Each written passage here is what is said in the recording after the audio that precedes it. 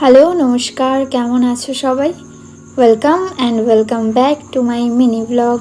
আজ একটু আসানসোল এলাম, কিছু কেনাকাটা ছিল বলে সেন্ট্রাম মল যাব।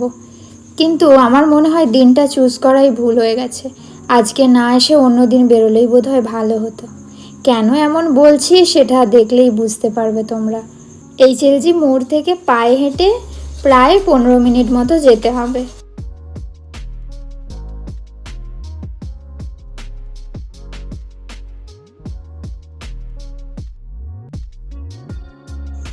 কি মনে হচ্ছে তো যেন কোথাও মেলা বসেছে, কোথাও কাছাকাছি মেলা হচ্ছে আর সেখান থেকেই ফিরছে সব মানুষজন বা মেলা দেখতে যাচ্ছে।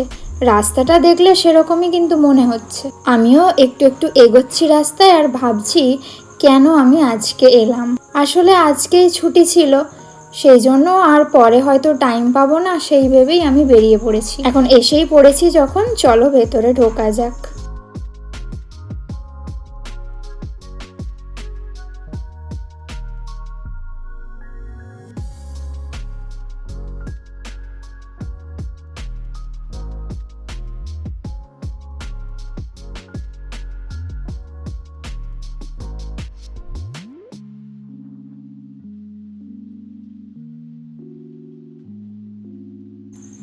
লিটারালি এগোনো যাচ্ছে না, এক পা করে এগোতে হচ্ছে। কোনো শপিং মলের ভেতরে যে এরকম ভিড় হতে পারে আমি কিন্তু এর আগে দেখিনি।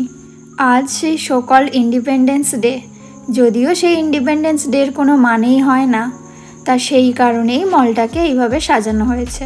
এত ভিড়ের চোটে এসকেলেটারগুলোও বন্ধ রেখেছে, সিঁড়ির মতো করেই উঠতে হচ্ছে, তাও আবার এক পা করে। চলো ভিড় ঠেলে আমরাও উঠি।